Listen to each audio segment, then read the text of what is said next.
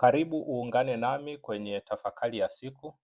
Leo ni Jumatatu ya juma la 16 la mwaka, na injili inayotuongoza siku ya leo inatoka kwa mwinjili Mathayo sura ya 12 aya ya 38 hadi 42. Wapendwa katika Kristo, katika injili ya leo waandishi wa sheria pamoja na Mafarisayo wanamwendea Bwana wetu Yesu Kristo na kumwambia, Mwalimu, tunataka kuona ishara kutoka kwako. Ombi hili linaonekana kwa nje kama lina nia njema, lakini ndani yake lilikuwa limejaa kuto kuamini kwa hawa waandishi na Mafarisayo. Hawakuwa wanatafuta ukweli, walikuwa wanatafuta sababu nyingine za kuto kumwamini Yesu. Jambo la kushangaza ni kwamba watu hawa walikuwa tayari wameona miujiza mingi ya Bwana wetu Yesu Kristo. Walikuwa wameona vipofu wakiona, viwete wakitembea, wagonjwa mbalimbali wakiponywa, na hata pepo wachafu wakitoka. Lakini bado wanamwendea Bwana wetu Yesu Kristo na kumwambia, tuonyeshe ishara nyingine. Ndipo Bwana wetu Yesu Kristo anaamua kuwajibu kwamba hawatapewa ishara nyingine isipokuwa ishara ya nabii Yona. Kama Yona alivyokuwa ndani ya tumbo la samaki kwa siku 3 na baadaye akatoka akiwa hai, vivyo hivyo Bwana wetu Yesu Kristo atakufa, atazikwa, na siku ya 3 atafufuka, atatoka akiwa hai. Hiyo ndio ishara kubwa kuliko zote, ishara ya ushindi wa maisha dhidi ya kifo. Yesu anaendelea kuwaambia kuwa watu wa Ninawi watasimama siku ya hukumu na kuwalaumu kwa sababu wao walitubu waliposikia mahubiri ya Yona. Lakini sasa yupo aliye mkuu kuliko Yona, nao hawamsikii. Malkia wa Sheba alisafiri kutoka mbali na akaenda kusikiliza hekima za Mfalme Sulemani. Lakini sasa wapo na mkuu kuliko Sulemani, lakini wao wanamkataa. Ndugu zangu, tatizo la hawa Mafarisayo na hawa waandishi halikuwa kwamba hawakuona Bwana wetu Yesu Kristo akifanya ishara. Tatizo lilikuwa mioyo yao ilikuwa ni migumu na imefungwa. Mtu mwenye moyo uliofungwa hawezi kuamini hata akiona muujiza mkubwa kiasi gani. Hata leo hali hii bado ipo. Watu wengi wanasema, mimi nitamwamini Mungu kama akinionyesha ishara. Wengine wanakimbia kila mahali kutafuta maajabu. Sanamu zinazodaiwa kutoa machozi, wakisikia mambo kama hayo, wengi wanaenda.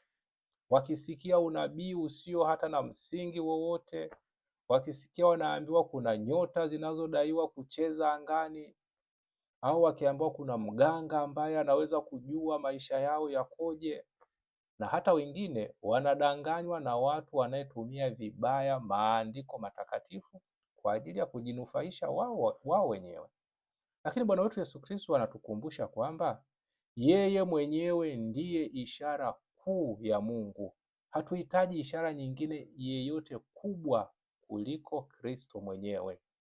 Tunapomtazama Yesu msalabani, tunaona upendo wa Mwenyezi Mungu. Tunashuhudia ufufuko wake, tunaona ushindi wa Mungu dhidi ya dhambi na kifo. Tunaposikiliza neno lake, tunasikia sauti ya Mungu mwenyewe. Na tunapopokea Ekaristi Takatifu, tunampokea Kristo aliye hai. Ishara zote tunazohitaji tayari tumepewa ndani ya Kristo.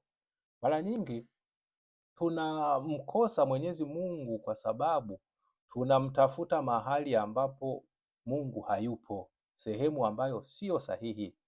Tunatarajia Mungu azungumze kupitia matukio ya ajabu, wakati tayari anazungumza kupitia neno lake, kupitia sakramenti zake, kupitia kanisa lake, na hata kupitia kwenye maisha ya kawaida kabisa ya kila siku. Fikiria uzuri wa uumbaji.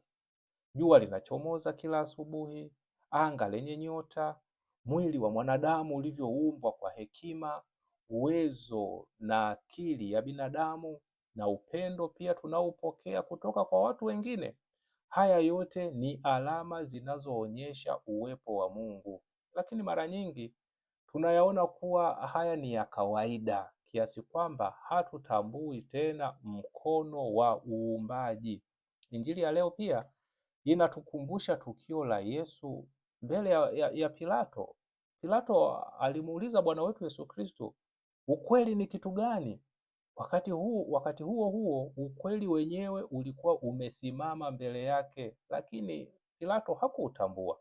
Vivyo hivyo, tunaweza kuwa karibu sana na Yesu, lakini tusimtambue kwa sababu mioyo yetu imejaa mashaka, kiburi, au kutaka Mungu atende kwa namna tunayotaka sisi. Ndugu zangu, imani ya kweli haijengwi juu ya kutafuta maajabu kila siku. Inajengwa juu ya kumtambua Kristo na kumwamini hata pale ambapo hatuoni miujiza ya ajabu. Wale wa Ninawi walitubu kwa mahubiri ya Yona.